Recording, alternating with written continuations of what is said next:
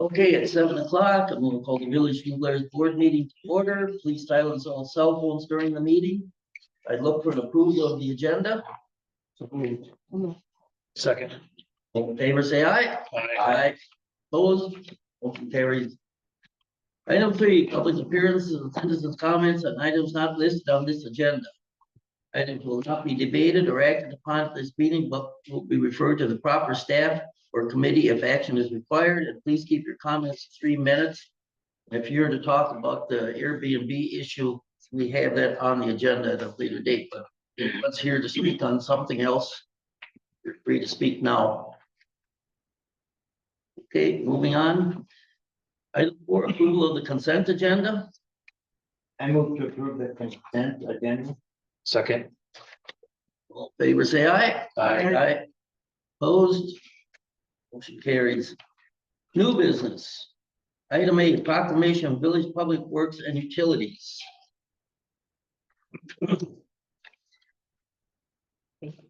Village Public Works and Utilities proclamation.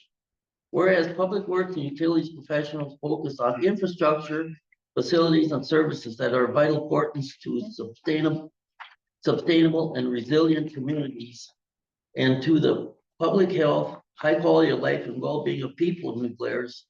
And whereas these infrastructures, facilities, and services could not be provided without the dedicated efforts of Public Works and Utilities professionals who are responsible for rebuilding, improving, and protecting our community's transportation, water supply, wastewater treatment, electric distribution, public buildings, and other structures and facilities essential for our residents. And whereas the recent severe storm that hit New Glarus surrounding communities was a timely reminder of the great impact that our village public works and utility staff have on our safety and quality of life.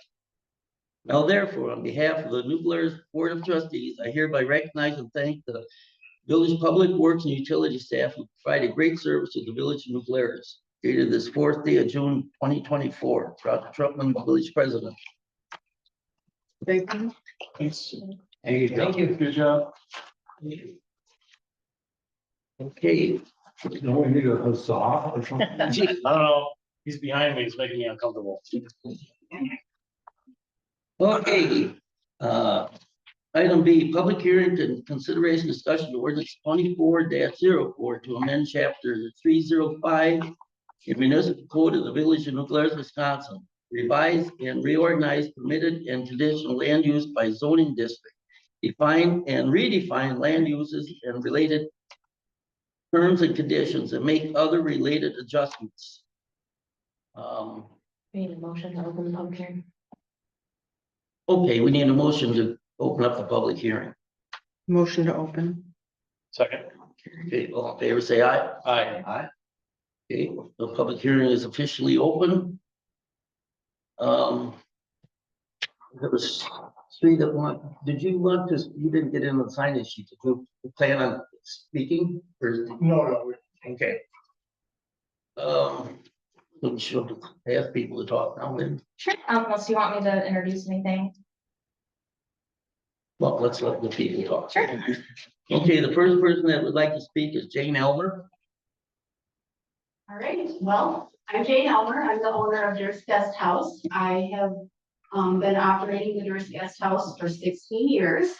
I feel like it has been a success and has brought a lot of people into New Glarus, not only to my house, but to the village, and have added a lot of extra value to the village. Okay. Thank you. Elizabeth? Hi, I'm Liz Popeye. I own the old Moose Meat Market building on Front Street. I operate a 1-unit Airbnb up top, and then I have residential rent in back and commercial spaces down below. I have a couple of concerns with what's being proposed. I know a lot of the parents that have similar concerns just with how we get our licensing through the village. I personally feel concerned over the non-transferability, like when you sell the property, just if someone owns investment properties. People want to see your portfolio, how that, is making money. So to say, well, but you can't take this with you, then I don't know if this is true or not. Are like the license? No. It's not transferable stuff? No. Okay, well, so that's something I would like to be considered. I know you have to reapply for the state, but if you're gonna lose your spot, it kind of devalues your property when you're going to sell it. I'm also concerned about the right for inspection, the way the wording is, that they can enter at any time between 9 to 5. I understand through the state and health code, if they thought there was a health violation.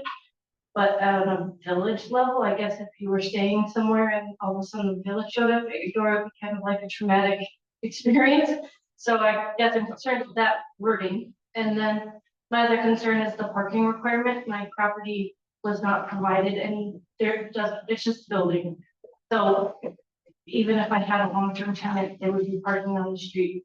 So I understand where that's coming from in like the residential area, but downtown, I mean, for me, it's impossible. So I don't know if there would be any exceptions to that rule or.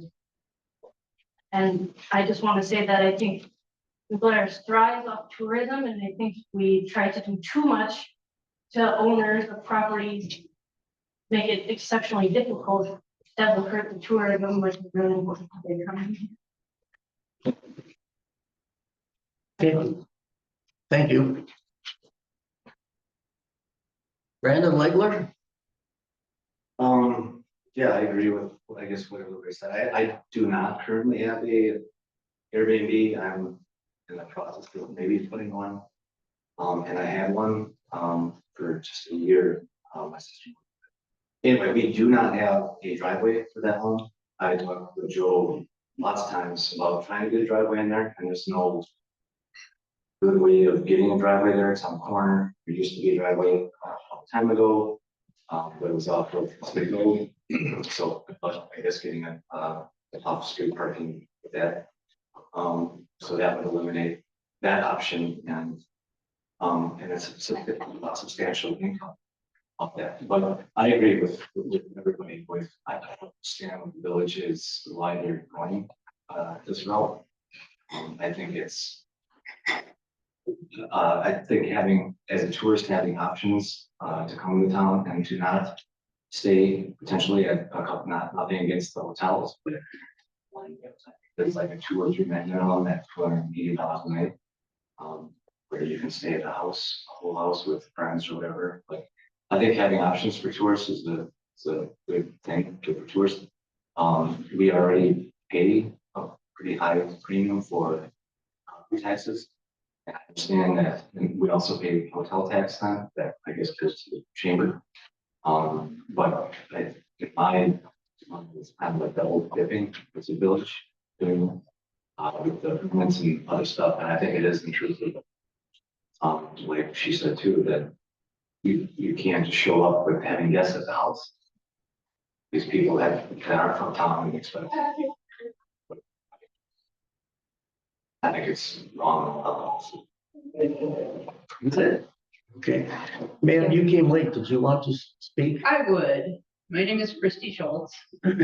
I have 2 Airbnbs in town. I call them Airbnbs, although they're short-term rentals, they're vacation rentals. One is above Pioneer Valley. It's been operating since 2021. And I rent that apartment from Jace, who owns the building, and then I short-term rental it. And he's fully aware, we have an agreement, and we two do that. And then I also own the Rusty Raven building, and recently opened an Airbnb above that. I've done a lot of renovations on that building, and I debated doing a long-term rental on it again. It was long-term rental before. And with all the money that I've put into the building, I've decided to go with short-term rental to try to recover some of that money that I've put into the building. And so I have 2 of them. And I personally have concerns with the occupancy requirements. The building above Pioneer Valley has a 3-bedroom. I have a limit of 6. It's fine, it falls within the suggested requirements. The building above Rusty Raven has 2 bedrooms, but the 1 bedroom is a 24 by 12 room. And I have 2 beds in there. 2 queen size and a full size, and then I have 2 twins in the smaller bedroom. So I was planning, I have an occupancy of 6 there, according to your proposed rules, you'd only be allowed to have 4.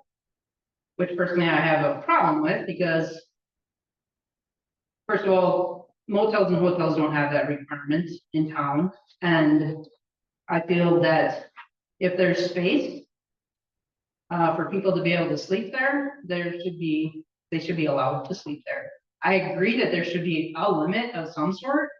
The state of Wisconsin says it's 400 or 500 cubic feet per person of sleeping area. And the state of Wisconsin says sleeping areas is bedrooms and living room area.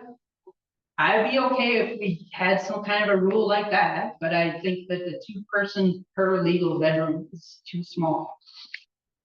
So that's one thing. The other thing is the 4 additional people during the day, I think is an unreasonable requirement. Because a lot of people actually come to town to visit relatives. And if you're gonna say that, oh, well, the family of 5, my brother and his wife and his 3 kids can't come and visit me during the day, that's just silly. And there's already rules against having parties with the platforms that we use to rent these places. Airbnb has a rule. VRBO has a rule. We personally, as hosts, don't want parties at our places. That's not in our, it's not a money-making opportunity for us to have a party at our place. So we're doing all we can already to keep parties from being there. So if there is a party at our place, it's not because we have food.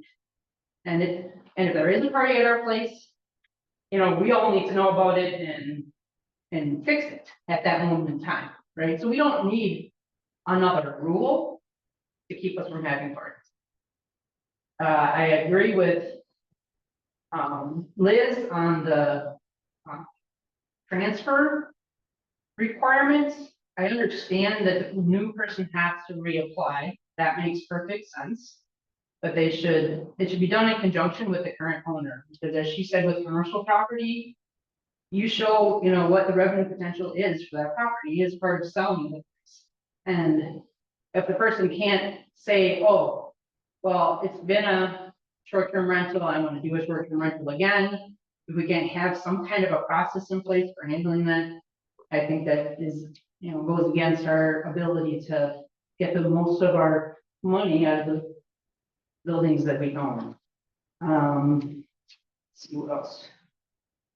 Oh, the signage.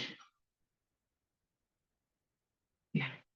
I don't want my phone number to be publicized outside my building 24 hours a day for anybody to call. To me, that makes absolutely 0 sense. If the police need to get a hold of me, they know how to get a hold of me. If my tenants, my guests need to get a hold of me, they know how to get a hold of me. I don't want any person, like 10,000 group people here for Oktoberfest to be able to, oh, let's call this number and see what happens. I don't want my number to be publicized, and then what's in my note. And I don't know of complaints in the village for short-term rentals. I know my short-term rentals haven't had a complaint. I don't know about anybody else's. I'm not privy to that information, but I feel like we're trying to solve a problem that doesn't exist for that particular requirement. So that's kind of what I have to say about the proposed ordinance that stands right now. Okay, thank you. Thank you. So now that we close the public hearing. Can I, if I had circles, no, but I want this to thing. Okay. My name is Ryan Zilder. I own a couple of units in town as well. I just want to encourage you that while you're considering the ordinance, you know, I collectively agree with most of what Brittany has said, but with the whole, like, New Glarus is an amazing tourist destination, and you know, we all personally know people that come here specifically for all the wonderful things you have. One of my Airbnbs in particular, oftentimes will host college friend reunions, families, family holidays, groups. And we're a 3-bedroom, and so we would be limited to 6 people. We typically have like 8 to 10, and it's a large house. It comfortably sleeps everyone. If you eliminate that from Airbnb, like I'd like you to consider where these groups will stay. Because groups of 10 are not saying it would be really fun to go away and get 5 hotel rooms. Or it would be really fun to go away and stay 20 minutes from New Glarus where we can find an Airbnb and then patronize New Glarus's restaurants and stores and bars and things like that. You don't have a resort here, you don't have larger accommodation type places. So if you eliminate the ability for 6, 7, 8, 9, 10 people to stay in a house, they're gonna go stay in Broadhead or Mineral Point or Galena or any of those places that do allow it. So I would just make sure that you like consider that when you're going through like all your different rules and stuff. So. Thank you. Thanks. Close the public hearing now. Okay, we need a motion to close the public hearing. Nobody else? Motion to close the public hearing? All in favor, say aye. Aye. Aye. Okay. Oh, Lauren, you can Sure. take over. Okay, so I guess I'll start with, this is a draft ordinance. I'm not looking for an approval tonight. I wanted to get feedback from the board. And hopefully, you know, obviously public comment as well is helpful to get that feedback and to make this the ordinance that we want for the village. I did want to highlight that this is more than just a short-term rental ordinance, that there are other larger zoning code issues at hand as well. I understand those are less controversial, and we can definitely dive into specifically the short-term rental piece of this. But there is a memo in your packet if you are interested in kind of all of the other zoning related things. I think Mark does a good job of just very high level going through all of those zoning changes.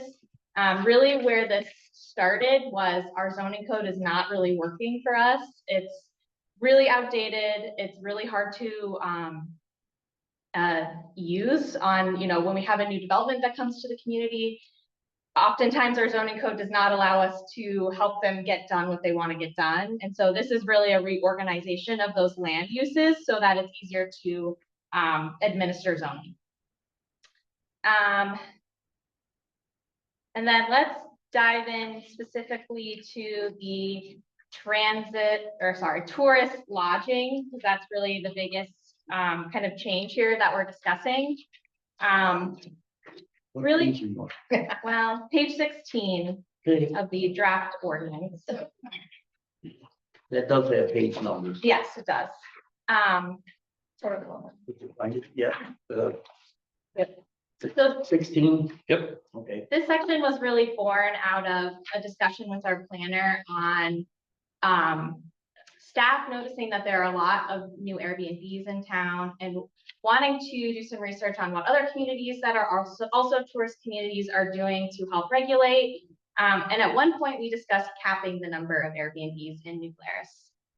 That was in the previous version of this ordinance, and it did go to Plan Commission, but since then we've taken out the capping of Airbnbs because due to state legislation and court rulings, it was going to be too difficult. And I think we got to start somewhere, and I think maybe baby steps are a better approach to this.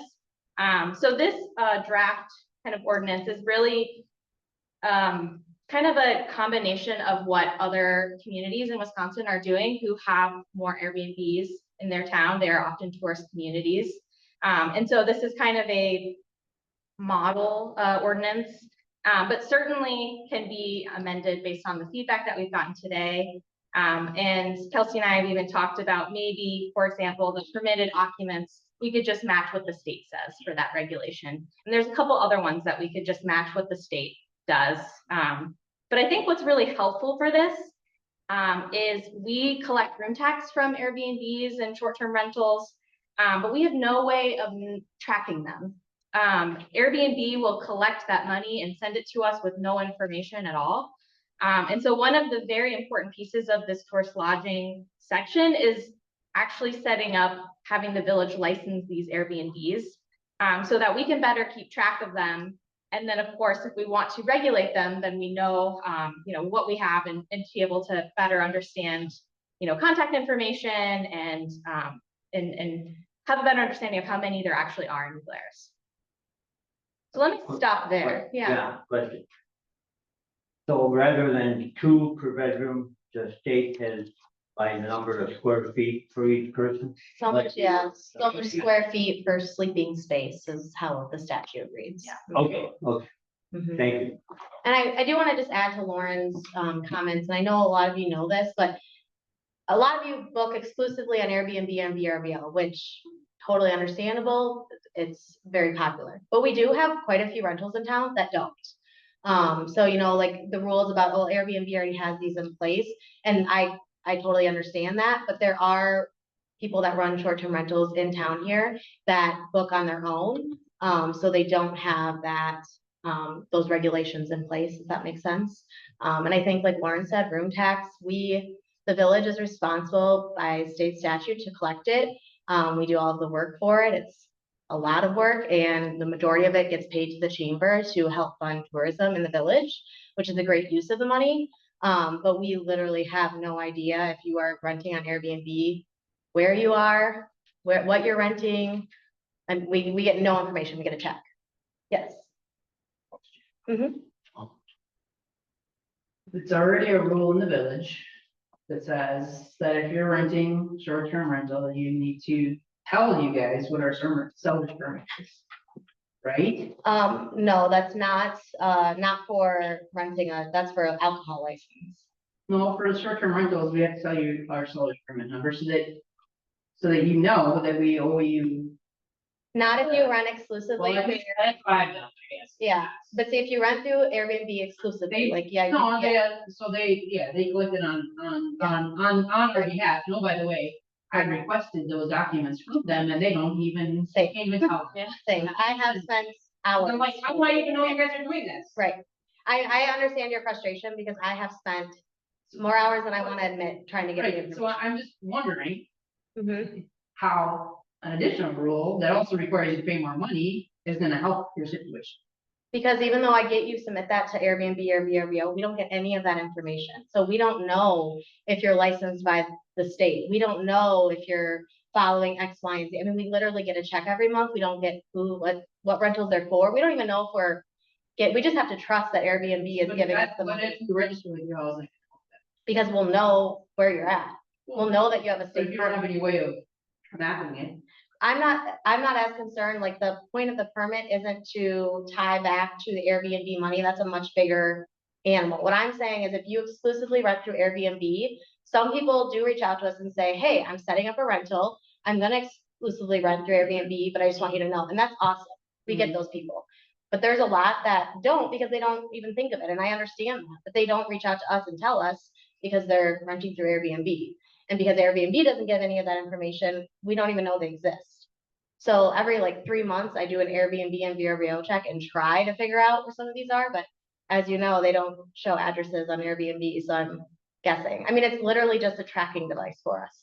So we know what's in the village. So the tracking know the device you're alternative. talking about is just knowing who's where, and that doesn't do anything to help you with finding out who owes money and who doesn't. Well, it helps us in terms of knowing that you're licensed through the state. Right, I get that. And then hopefully, I guess the hope is that we can in turn eventually take this to Airbnb and say, okay, we have 20 rentals that say they rent from you, and you only gave us a check for room tax for $300 for June, July, and August. So the rule is just helping you know where they are, Right, and then you have to start trying to figure out how to make sure that, right, which is a different thing altogether. right. Is that? Sure. No.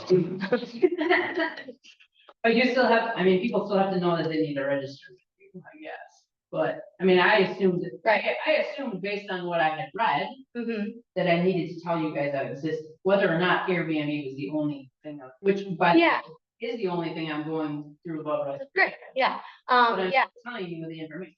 yeah, and that's awesome that you do it, just not everybody does, is that, I guess that's. But it's based on, but it's all, I don't know how you're solving it. My question would be, what is your plan for the people that may have Airbnb or VRBO that you're not aware of, Mhm. that you may see online? how are you going to contact them and say, you need to be licensed, we need to have this information, we need to make sure that you're. Yeah, so I've actually done it before. I think that there's owners sitting in the room where I've actually found them on Airbnb, and just because I know the village, I know where that is, and then I use tax records to look up. I mean, I've literally had to go about it that way, and it wasn't to get anybody in trouble. I just wanted to make sure that they knew their responsibility for paying room tax, because even though you're listed on Airbnb, if you take one rental directly through you, per state statute, you are supposed to pay room tax on that separately to the village or whatever municipality you're renting in. I just think that this isn't to try to make your jobs harder. It's just that state statute on room tax specifically isn't overly friendly in helping municipalities like figure out what we're supposed to do, but yet we're supposed to collect all this room tax. And we don't even keep most of it. So where I guess we're trying to fill the gray area with just knowing who's out there. I mean, we have a spreadsheet now of everybody we know, but I literally find new Airbnbs every, 6 months that I didn't know about before. And that's fine. I just want to make sure that they're aware of what the room tax statutes state. And that's the welcome letter, or the introduction letter, or whatever you want to call it, that I think all of you have probably received at one point.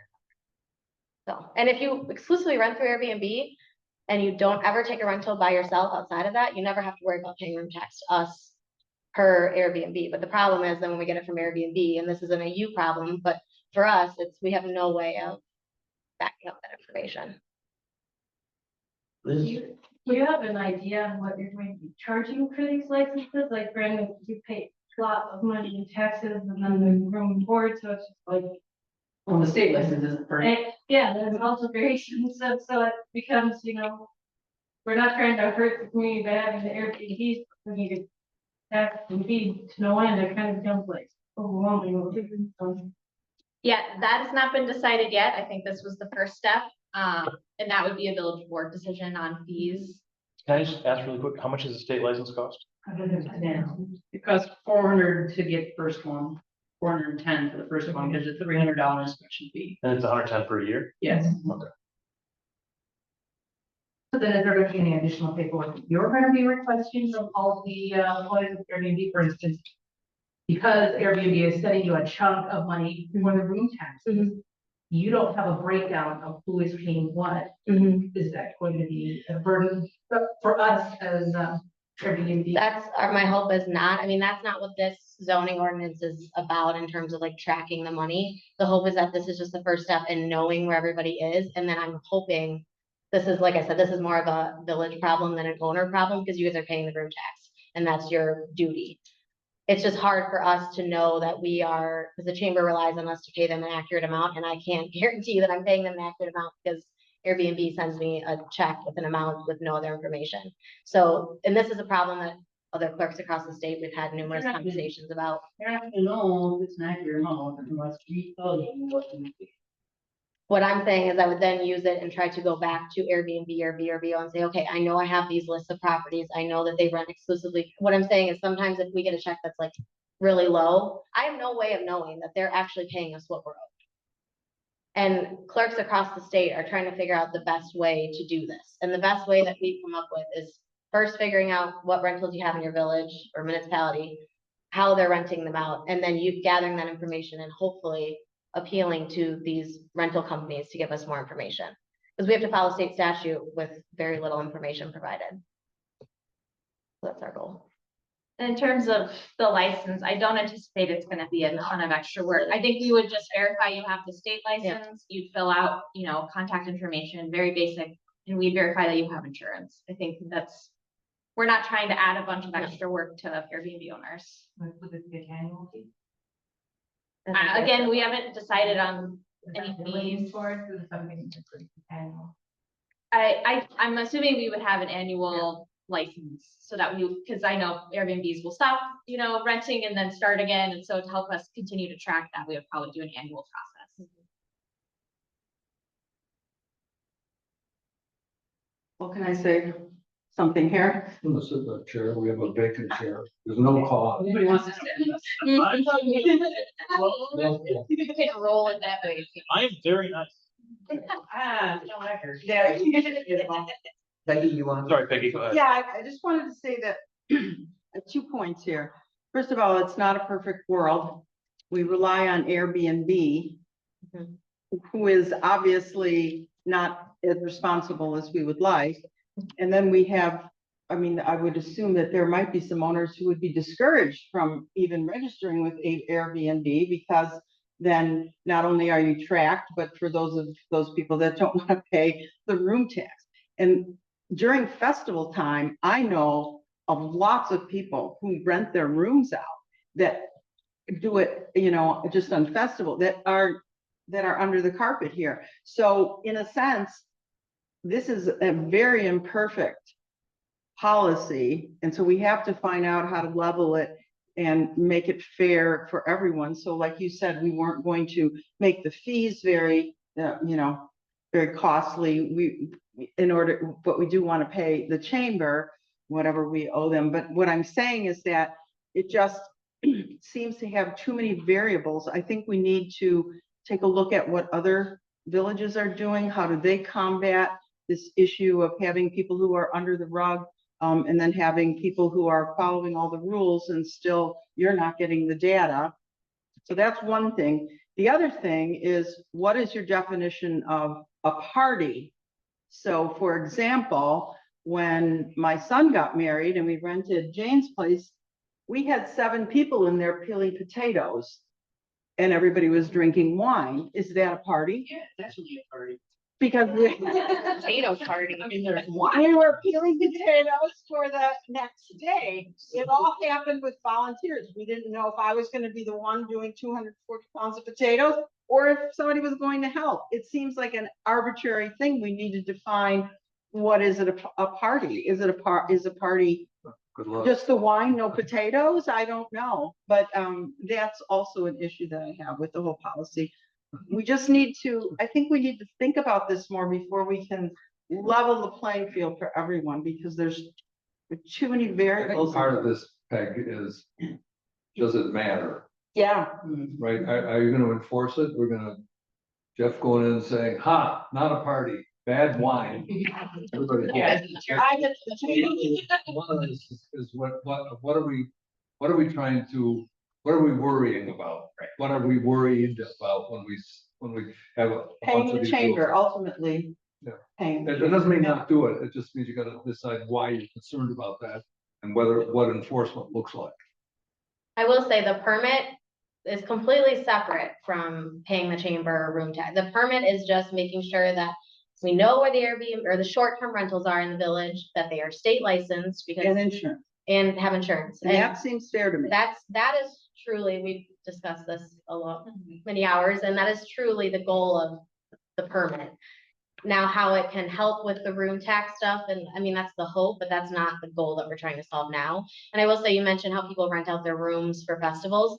So the village actually has a bed and breakfast ordinance that we've had forever. Mhm. So if you are occupying, if you're living in the house and you're renting out one of your bedrooms, that wouldn't qualify under this.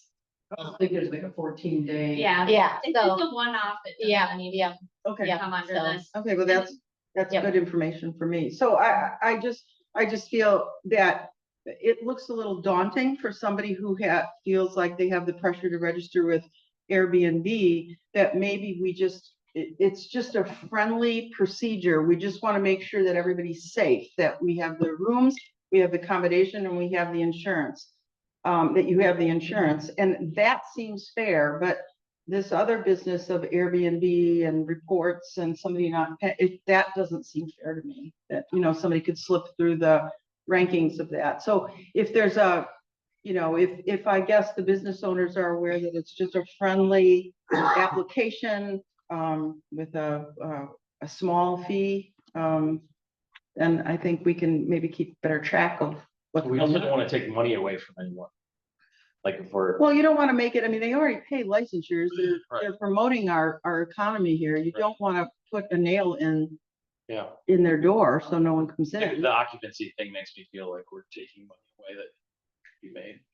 Unless Jeff's like, hey, I'm busting parties at Airbnbs every weekend, Right, and there's 100 people in. Yeah, do a one-off thing, right? I mean, if somebody's causing a problem, then deal with the problem. Don't. Yeah. Jeff, have there been lots of problems with Airbnb parties, so to speak? Oh, top of my head, I mean, we may not even know, we keep a list of PE. you know, most of them, we ever had, you know, little things that happen, trying to get the people home. You know, figuring out where they're going. Where's my Airbnb?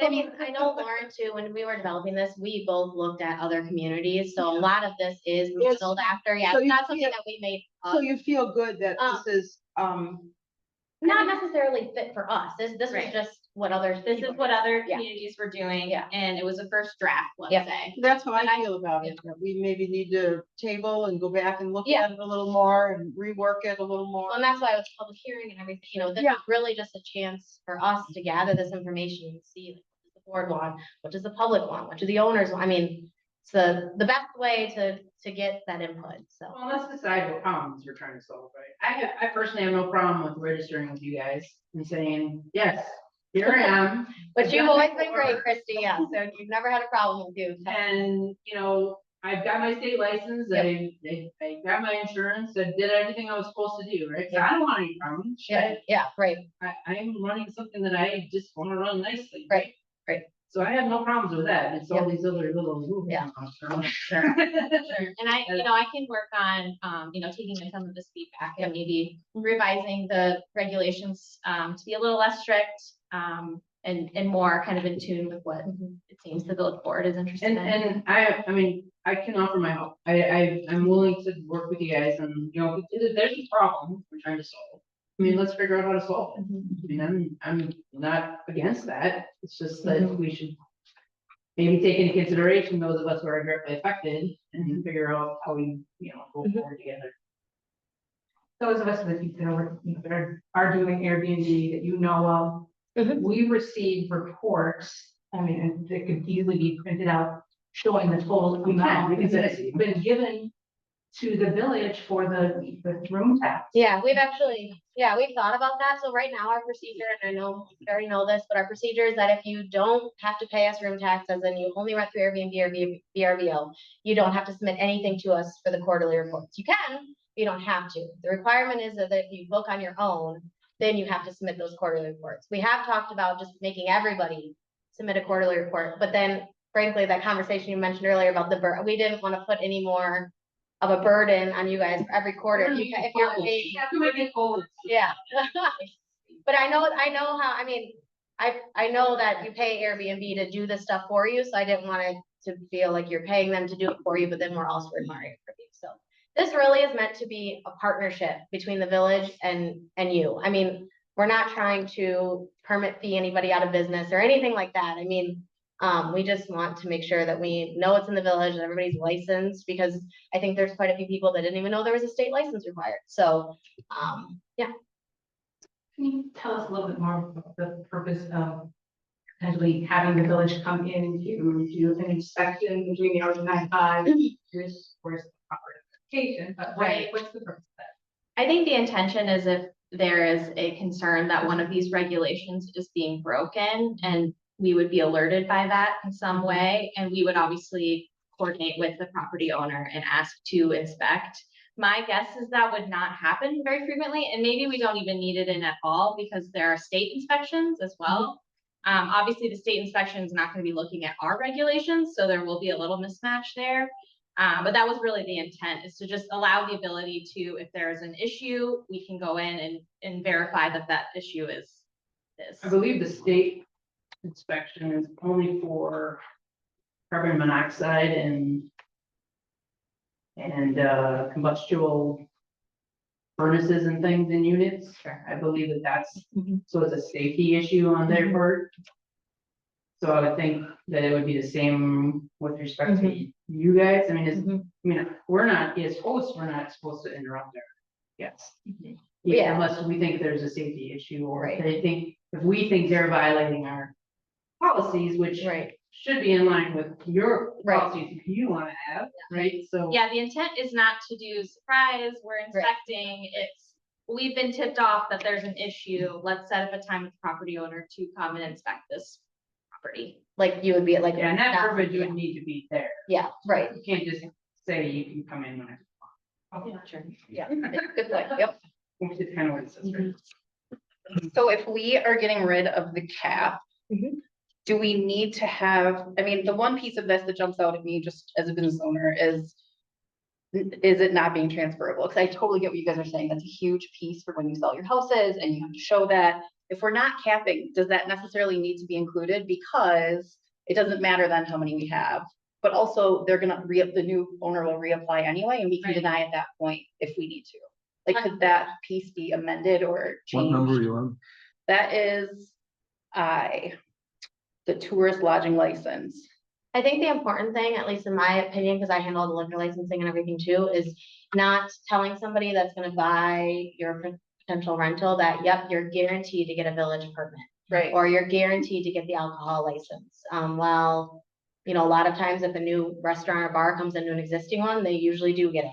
But I think it's just, I agree with you that since we don't have the cap, it's not as big of a deal anymore, but I think we just wanna make sure that they know that they do have to obtain a permit with us, they have to get state And permits. maybe we talk about the similar, like, Mhm. the, like, Yep, so like I know in the liquor license, we've had it, so like if an old business is going on, a new business is coming in and they want to use the license, we've had the old owner and the new owner come into Village Hall at the same time and say, here, I am relinquishing my license and I would love the new business to be able to have it, and that's usually how it goes down. Liquor licenses decisions are board level, but I think for something like this, it's more important to make sure they understand that they still have to reapply. Just because the previous owner had one doesn't mean that they're guaranteed one, because if they don't meet the insurance or whatever, right? Yeah. So I think it's less of an issue, but I think we still probably want to have something in there that informs them they need to have their own state and village permit. Speaking of the cap, I want to just point you to a possible language addition if the village board is interested in this. One of the big reasons we started looking at Airbnbs is because we frequently get calls of new houses that go on the market are getting bought by somebody who wants to turn it into an Airbnb. And I've heard from residents who are concerned about housing in New Glarus and not being able to buy a house in New Glarus. And so that's why the cap was there originally. An alternative language that we could look at using, this came from our attorney who's doing this in another community, is the applicant must own the residential dwelling for at least 1 year prior to application for a license, or the application must be accompanied by a signed and notarized affidavit stipulating that the property is the property owner's primary residence. So basically you would have to own the property for a year before you could turn it into an Airbnb. That way, you know, if a new house goes on the market, somebody's not immediately snatching it up and turning it into an Airbnb. They have to at least wait a year before they do that. It's an option. Even I don't like that. I mean, and if you've ever owned property and had a renter, long-term renter, so you can really destroy something in a year too, like that's my, like, I bought a property, we renovated that whole upstairs, we spent $65,000 because it was trashed. I don't have any problem with that kind of, I'm sorry. She's got the floor. Sorry. Go ahead, Liz. So I guess I feel like it is impeding on my right as someone who purchased property and used that was an investment that I chose with as a family to do. Now you're telling me that I don't have the right to do it the way I want. And a lot of us, I know Chrissy redid hers. I spent extra money on certain features for the apartment to make it cool and more historical, like for that experience type thing. So I just have a big problem with that. I'm not sure you can put a time restraint on a zoning ordinance, can you? I think this would be, I'm actually not sure. It's something that came from our attorney, so I imagine it's something we can do, but I don't exactly know how that is administered. And it came from him from another community.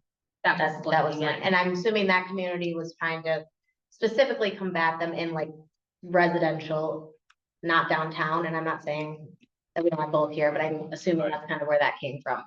So just another example of what a different community is. I think there's a big difference here between the initial residency, that it's your residence for a year, because really what that's driving at is Wall Street, who's going around and buying up these things and just doing Airbnbs and then selling them as a product. That goes against that. Once it's established, it's awfully tough to say, no, you came last year and you want that same place this week, this year, but I can't do that because now I'm back to residency again. I think you really have deprived them of a financial interest Mhm. if you make them start the residency thing over. I don't have any problem with it at the beginning, because that's a whole different issue. Yeah, I think that, I don't know for sure, but I'm assuming this would only impact new rentals coming in. It wouldn't be like everybody in this room now can't rent for a year. I don't know. This was just an example he gave. There's another community doing this exact same thing, and this is the language they're using. But I'm guessing it was for new rentals, not existing. But then that also affects if you are selling, Right. showing your. portfolio, Right. Then you're telling the buyer, oh, you can't do this for you. Right, right. I mean, a possible option for that is allowing transfer of it. Yep. You know, and so it would only be limiting new Airbnbs, new houses turning into Airbnbs. Mhm. What if you built new? That would apply as well. We would love for you What to if build you built something new? new. What if you built two in a place that really wasn't a residential district? I mean, I don't know, feels like there's. Yeah, it would be something to Like work Brent, through. Yeah. Well, and if But you're, Brent's, yeah. you know, Brent's apartments, some of those weren't even apartments. I mean, that he's renting out, so it's like. I mean, I think technically you're supposed to be in, you can't be in like an industrial zone and have a short-term rental. Is that accurate? Yeah, I mean, anywhere that you Right. have a residence. Right. Well, I'm just saying, like you mentioned, if it's not zone prop, I think it has to be. I don't think you can build. No, I get that, but like, Yeah. it might not be an existing residential.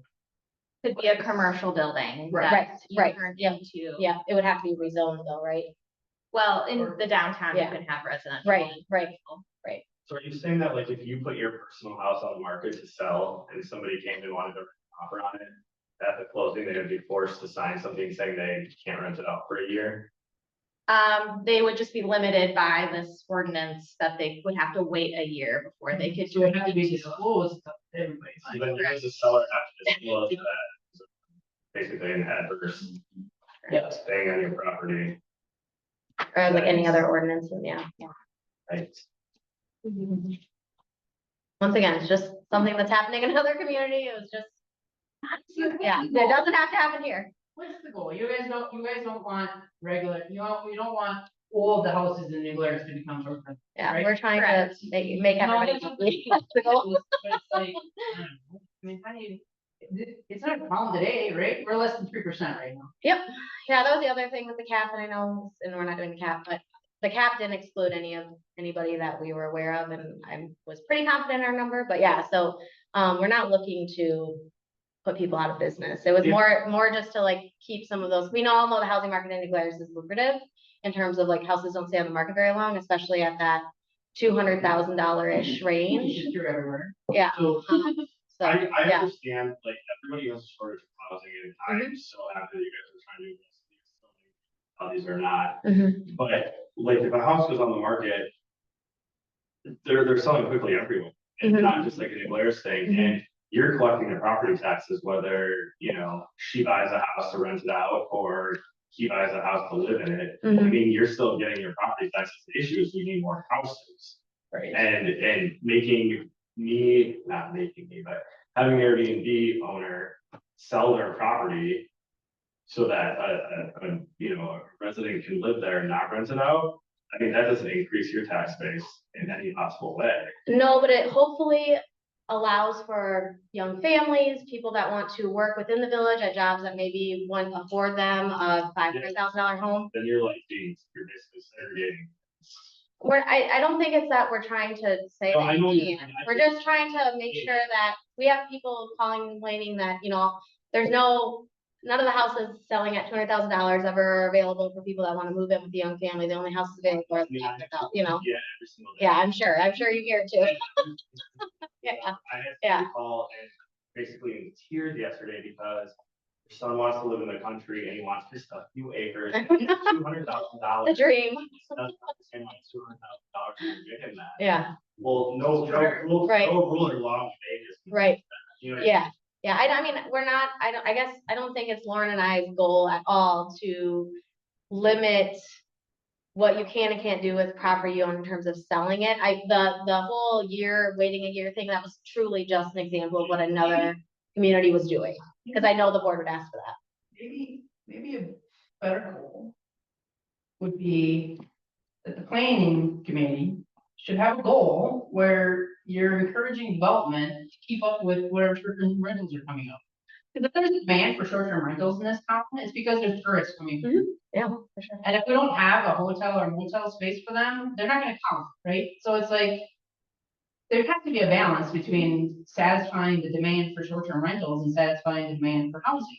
And it has to be both sides working together to say, let's be growing both of them. We really want both of them to grow Yeah. at the end of the Oh, day. right, yeah. Right? You want more tourists to come to town and you want more people to come to town. Yes, that is, I mean, absolutely, we are working on housing development at all ends. I think this housing issue is a multifaceted approach.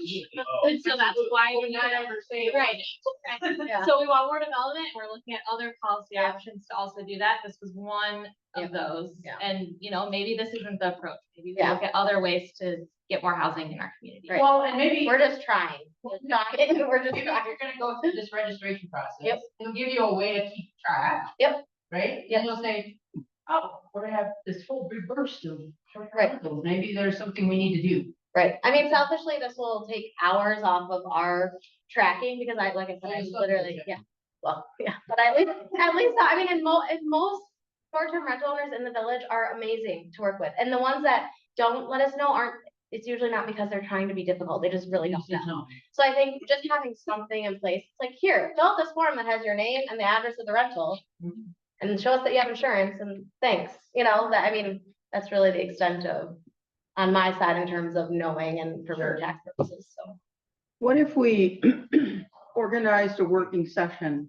Is that, put that on an agenda and had people who are interested, they could sign before they leave, and then board members who are available, we could organize some sort of a working session, go through the ordinance and have you put your, you know, whoever wants to work, you'd obviously be representing these folks, and we would have a couple of board members and just kind of hash through. I have here a list of 7 issues that keep popping up, so maybe that's the approach. Otherwise, we can just continue to talk about it without making any progress. What do you think? Is that an idea or no? I'm open to that, yeah. Sure. How about the rest of you? Is that have a couple of people represent you, and we'll just kind of hash through it all and see where we go from here? Okay, so what do we do? Make a list of those that are interested and have them sign up and then the table? Do we have, There's a sign Yeah. up there. If you are like that. interested in working through that, you can sign up and we'll have a working session and kind of go through and see where you stand and what we're looking for. Sure. That sounds good. Okay. Thanks for listening. Yeah, thanks for coming. That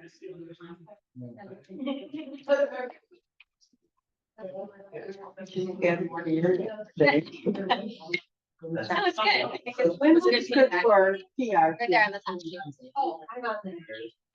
No, it's a new. You're on here. put your email down. No, that's a different one, No. specifically for this workshop. Okay. Yeah. What was she saying? It just looks like the same sheet. It is the same sheet. We're just trying to make sure we're double busy. Yeah.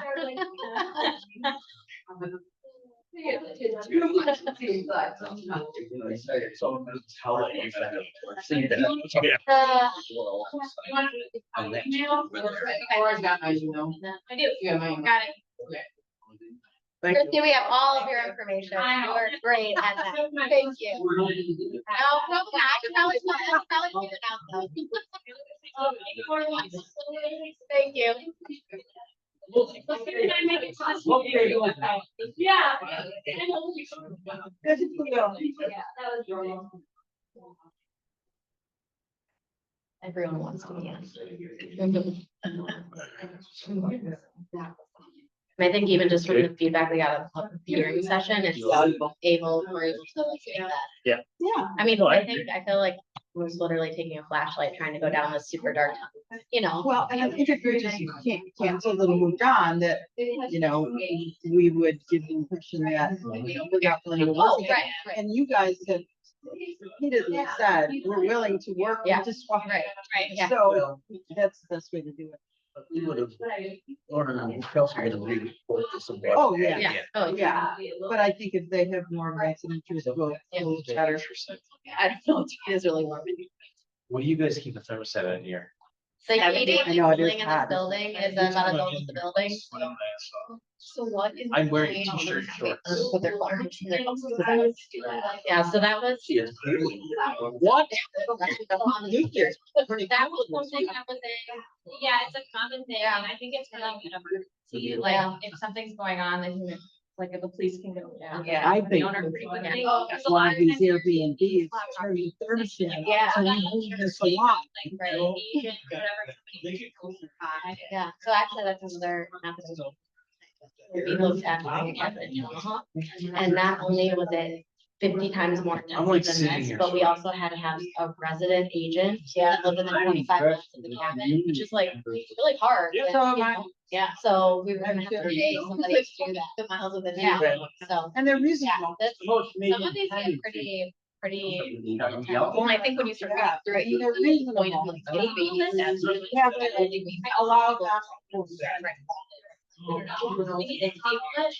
I think a motion to table would be great. No, I think we'll try to get going here. Yeah. Yes. Yes.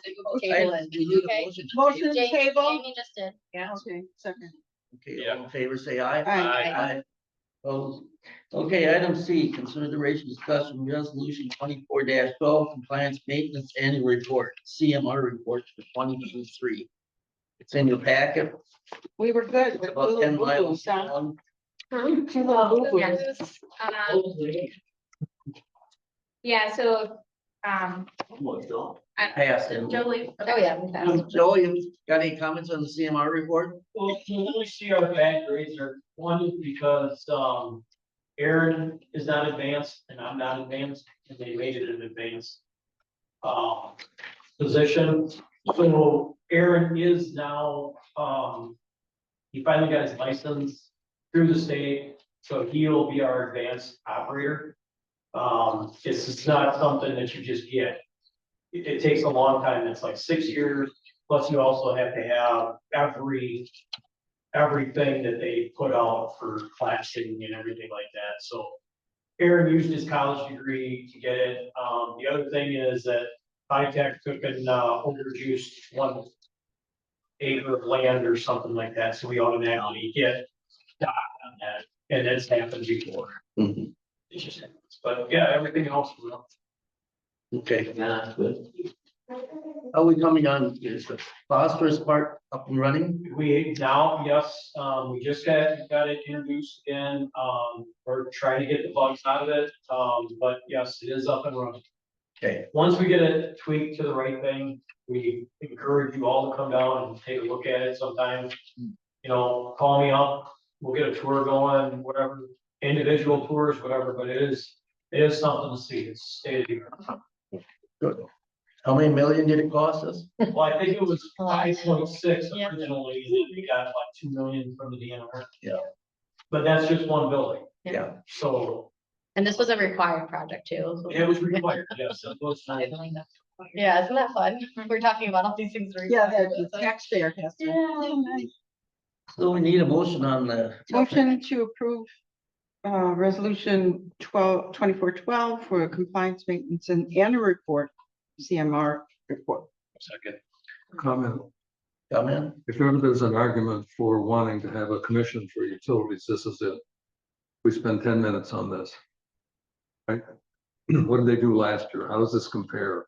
What are the crises? What, have we got the right, are we going in the right direction? When passing something like this we're just doing it in a very casual way. And it's a really big asset for this village, namely light and water and waste management and all that. But if you read it, you'll see that there's just two, one is licensure issue and the other one Waste was in management testing, is yeah. There was Waste minor. management is not- I read it, but I don't, that doesn't mean I have any idea of whether it's good or bad. I don't know whether we're making, what's the 5-year history? I We always don't get know. A's. We always get A's. So we got a Yeah. bad grade. In one Yeah. section, Just saying, yeah, it's awfully superficial. they're always on the honor roll. Okay, So, did we? yeah. Okay, all in favor, say aye. Aye. Opposed, carries. Okay, item D, consideration discussion cemetery committee. Lauren? Alright, there's a memo in the packet, and I'm sorry, there's no page numbers, you'll just have to find it. Like the third to last page, fourth to last page. Fourth Um, school then. So, in this memo, I kind of caught you all up on what's gone on the past couple of years. So back in fall of 2022, the Swiss Church congregation voted to begin process of transferring the ownership of the cemetery. Several of you were there at the time when they came to the village board. Wisconsin state law does allow them to basically force transference of a cemetery through a process of abandonment. Okay. Yeah. So that was their plan. In spring of 2023, the Swiss Church stopped maintaining the cemetery to start that abandonment process. During that time, as many of you know, the village and church received many phone calls from people who were very upset that the cemetery was not being maintained. And so at that time, the village and church came to a resolution that the village would not use the maintenance of the cemetery against them in their abandonment case. So since then, our village attorney has advised that it is inevitable that the village will be taking over the cemetery. We technically have 5 years, and I believe, by the end of this year, we'll have used 2 of those years already. But we're getting some, pressure from the Swiss Church to get moving on this process. And so my solution, given the amount of information and, both financially and just operation wise of the cemetery, I think there needs to be some work done to figure out what the best next steps are and come up with an action plan. I think some people have ideas on how, cemeteries should be owned, whether it's village or some other separate entity. I think there's a lot of ideas and a lot of information to go through. And so I think a cemetery committee would be a helpful way to go through that. So I have a proposed kind of committee makeup, which would be 2 village board members. Both Goff and Larry have said they were interested in serving on the committee.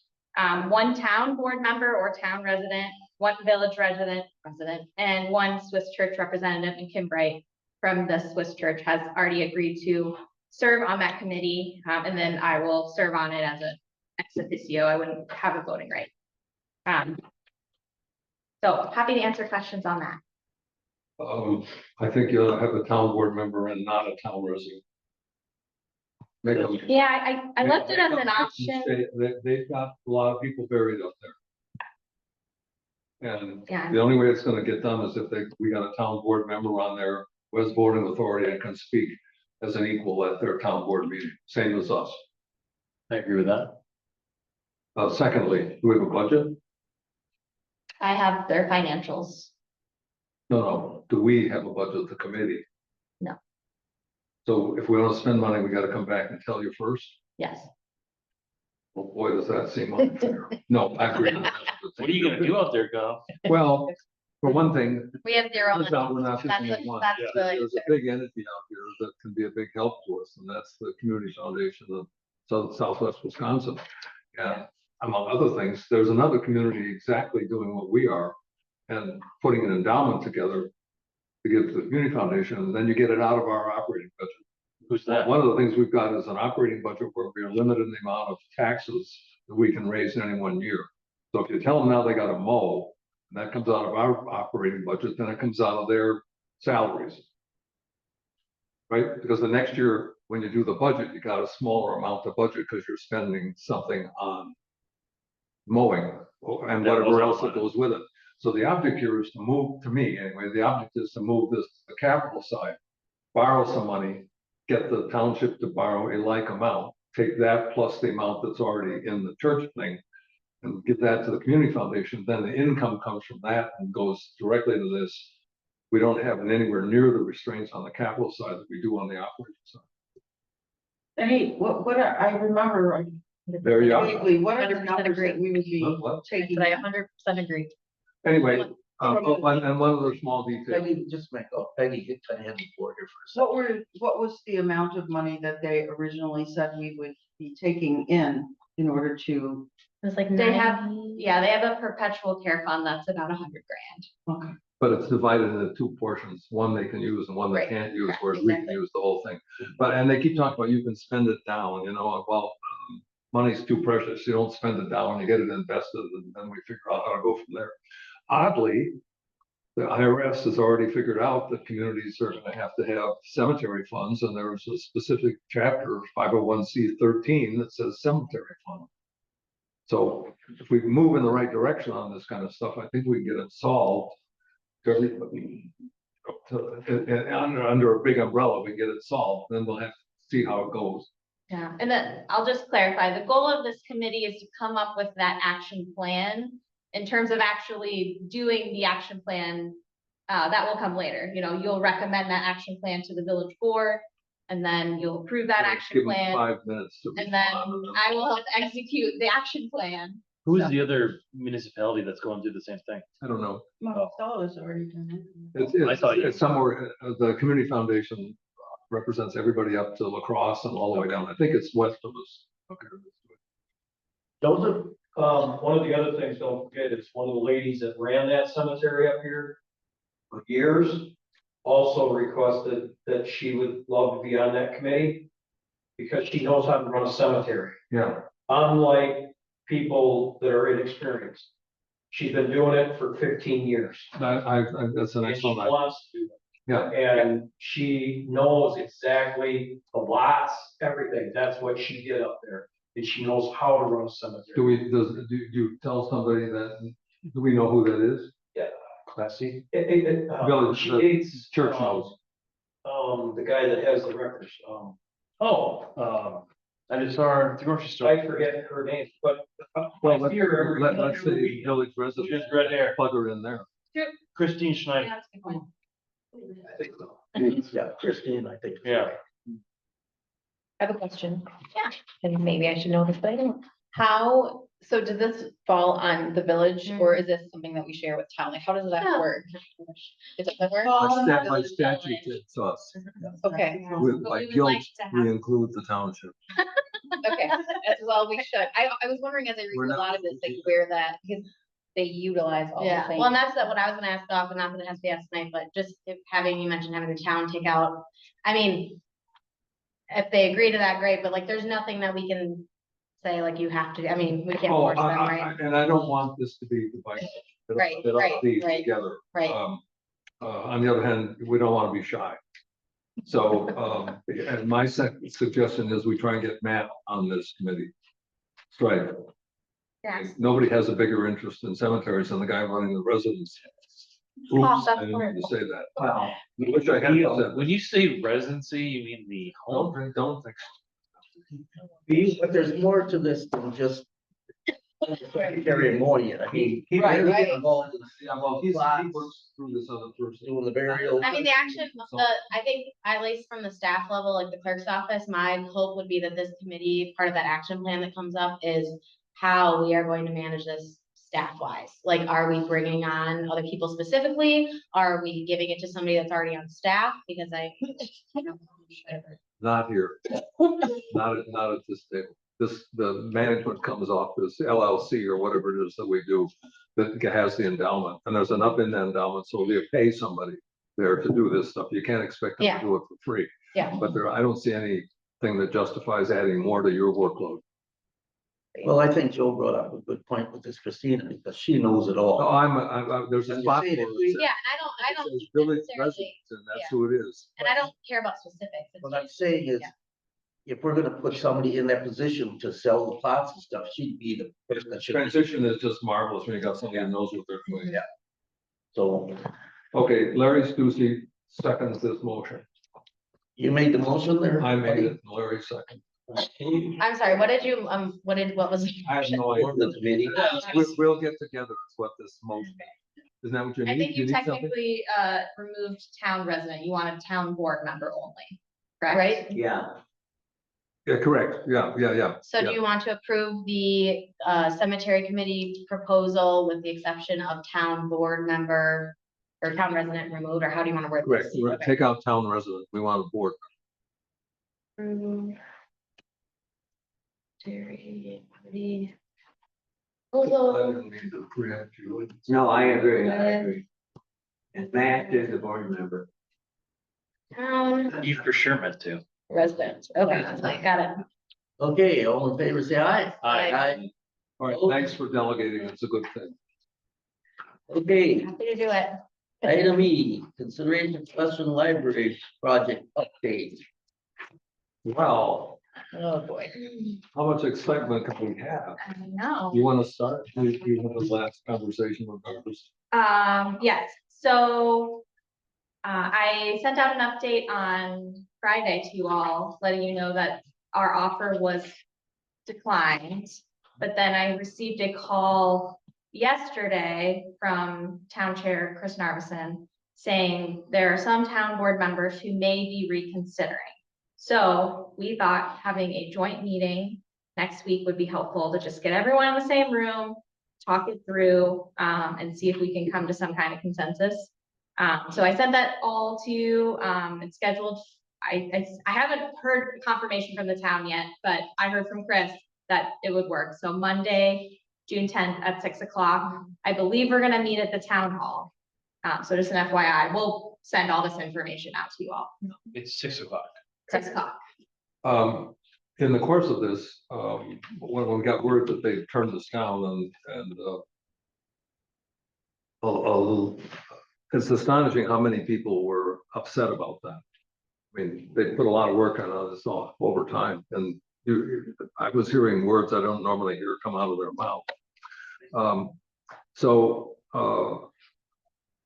I contacted a couple of the people at the church about Zwingli House, and I said, what are the plans for that? Because we've been working on that for 10 years, and it's always, we're gonna do thus and so. Well, there's a new dose of thought about that. And one suggestion came up was make an offer to the township, and their concern is how long can they be in there? And then we swap the township building for Zwingli House, and the library goes on the Zwingli House land. And the church doesn't have quite the demands because of our time schedule relative to this. I should be talking this way. Our time schedule relative to the grant got some very important deadlines in there, and the church doesn't have those. So I'm suggesting that Kim Bright and somebody he chooses to come from the church to come to this meeting, because it may be that the solution lies in we end up in Zwingli House, which would be a gift. So you're saying the library would be built where the Swingley House is? Yeah. It's without a doubt the premier position because it meets so many tests. You got police, fire. What is the size of the lot? Handy, you got the ballpark, you got the swimming pool. No, I know it's there. It's a safest, What is the size of the lot? whatever you want. We already went through that. Literally, it's So- 22,000 square feet. We already Really? went through that and it wasn't, Yeah. there even was some discussion to close off the road by the park, remember that? And move part of the building Big into the enough. road. That was I already. don't- even- Much like, I thought you meant that if it becomes possible that we use the township, that we are able to purchase the township, that the township go into the Swingley House no, and make that their office temporarily. no, That you we- cannot get into that building. It's dangerous. Yeah. And the engineering Oh, guy is said, that bad? do not go in. Do not, I don't do not understand. open the door. I don't understand buying the town hall and then, Try me again, Roger, what? I don't understand your reasoning on buying the town hall and then we end swapping. up with the Swingley House. I just don't. Why don't we just buy We the thing? could go direct, we could Yeah. go direct with the church, that's another way to do it. Well, But the church, the advantage here is if we do the swap, is the church ends up with meeting space, office space, parking, all those things that they do not now have because Zwingli House has collapsed. I mean, it's not fallen down, but. Plus, they're getting $400,000. Right, or 300, whatever the payment is. for the Township. building. Township gets that.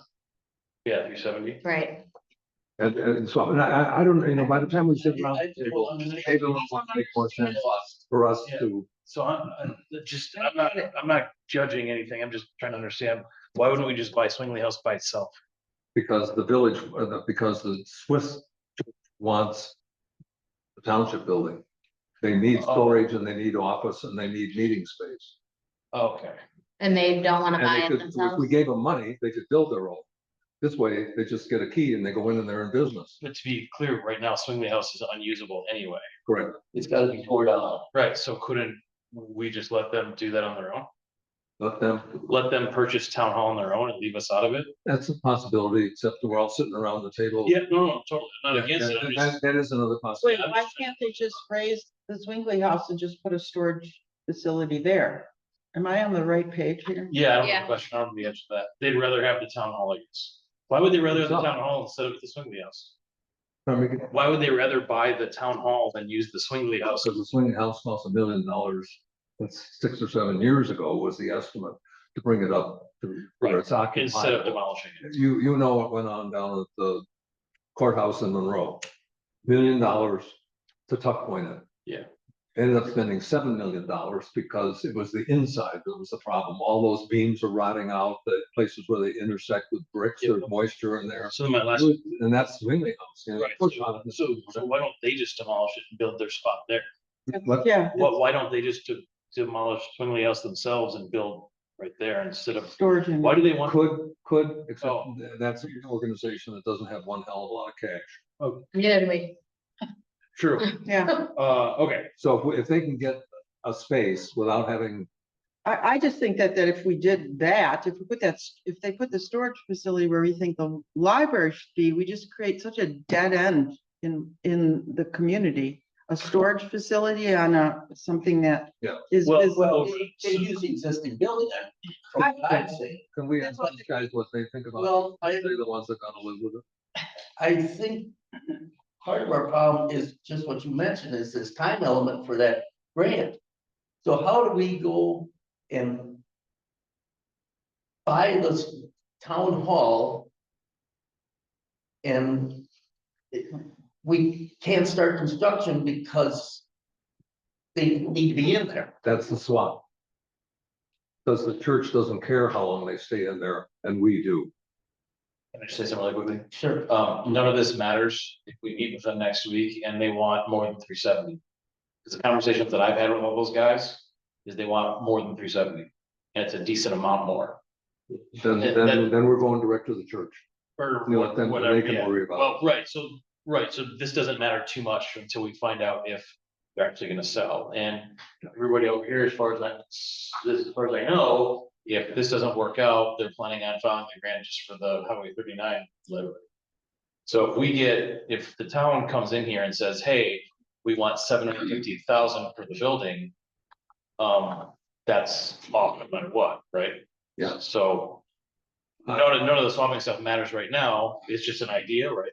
But if they come and tell us that they want a shitload of money for it, then we do whatever they. To which I should tell you, I am unalterably opposed to the west side property. Yeah, so am I. Totally. I've never I wanted just to. think we have to get, Right. we have to get our allies. Right, but There they're are a lot trying of them to, live in the township. We didn't make phone calls, all those people. who trust me, I have. You know, we gotta, this is now becoming a political, small p political issue. Sitting around the table is a big damn thing. And when it comes from Chris Snarvison, it's even bigger. That is to say, he's trying to pull it together and see if we can come up. You know, it does seem like he has not, for sure, yeah. Can I clarify something too?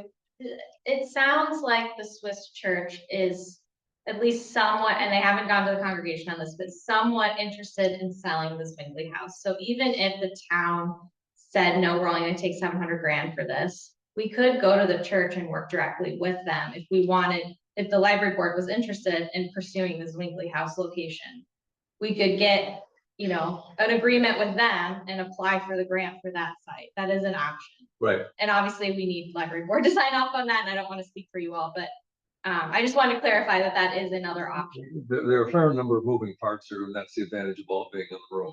Right. Yeah. And the grant is due July 11th. Yes. And how much of the grant can you write without this information solidified? None, I'm guessing. No, a decent amount. Really? Yeah. You can, but I mean, you have to have a location. Right, Yeah, yeah, that's right. Yes. Okay. And we need building costs. We have- But Right, thankfully, they did some of that work for the Zwingli House location already. Perfect, because that was my question, is are we gonna be able to reasonably pull this together without Right, some of these that is baseline? definitely. On by we, I mean, Amy is the, Yeah. Hear what? yeah. Amy, what do you think? Well, I'm meeting with Jim Gersich, the designer, on Friday morning at 8 AM. We're going to talk about a building design, which he thinks is for 39. But I'm gonna have to update him and say, hey, no, this is what we're looking at, this is the size of the property. We're trying, like you said, there are a lot of moving parts. Yeah. If you did, but we talked before, if, you know, this is just a consult, is this money out of your pocket? This is not money out of our pockets, but these numbers have to go into the grant. We need this to apply. So if you apply with these numbers and submit and things change, that's okay, right? We can switch the location as we've talked. Well, go Yes. for it. Oh, I'm sorry, you go ahead. We have to submit the location we're gonna build for the grant application. Oh, see, I was under the impression that it can change. No, But you can typically change budgeting numbers if that happens during the process. So you can put in, you can amend your, yeah, But you cannot change location. no. I'm sure it would probably void the grant agreement. Oh. Can you apply for, can you That's my, apply for the grant in more than one location?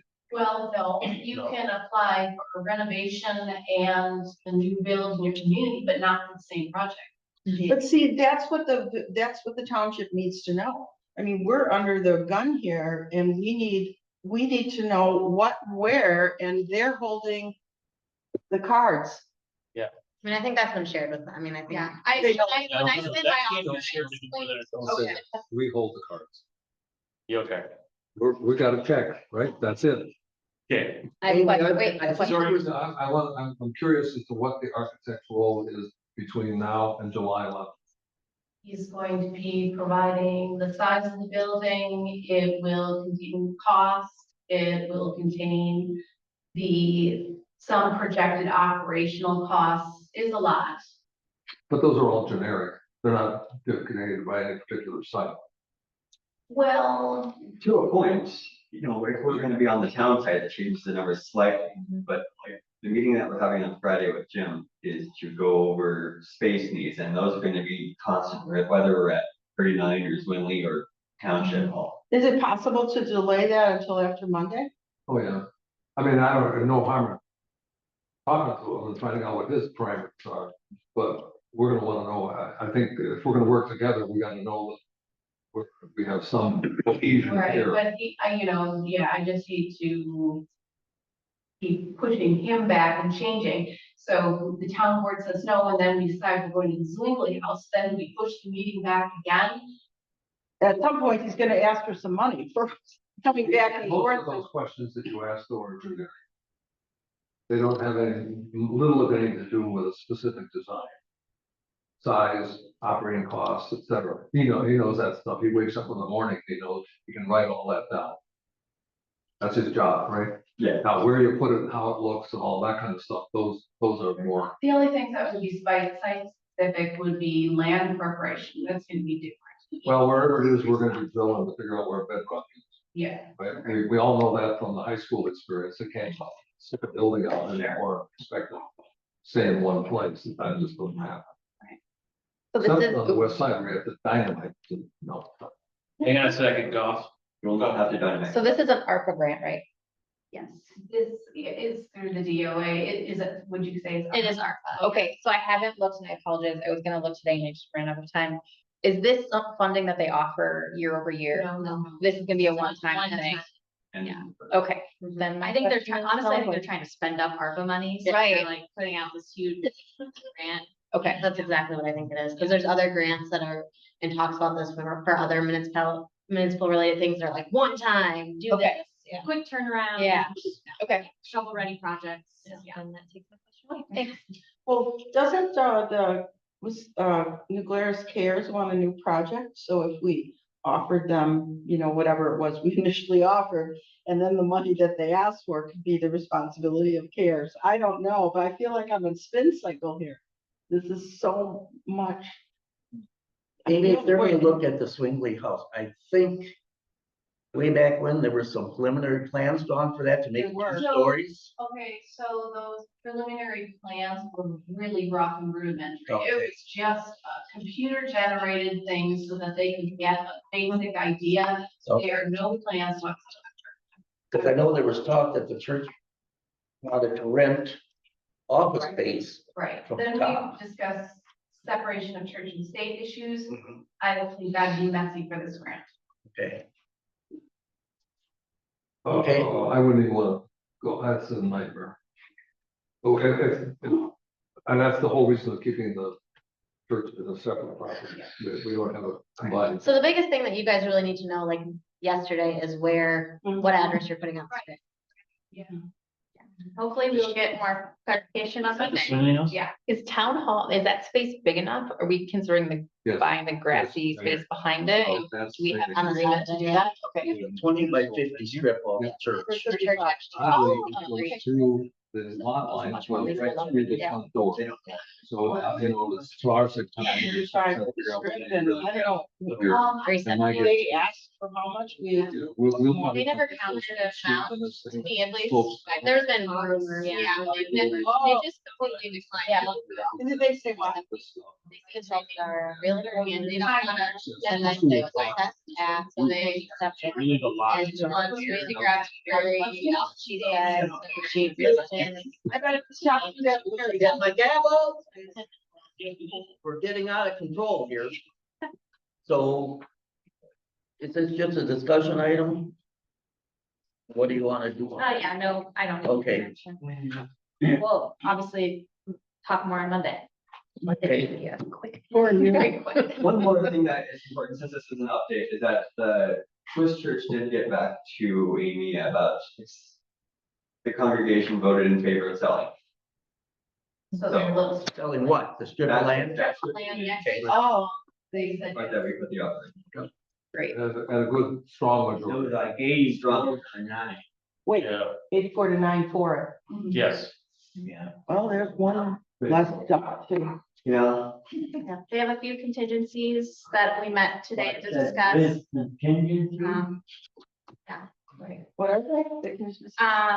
good job. I just met this afternoon and talked through them. I think I need to digest and get back to them. I think that the biggest item that I am concerned for, and the most of the discussion centered around the cemetery, as you might imagine. Right. And their contingency was they wanted an action plan from the committee to be approved by the village board by closing.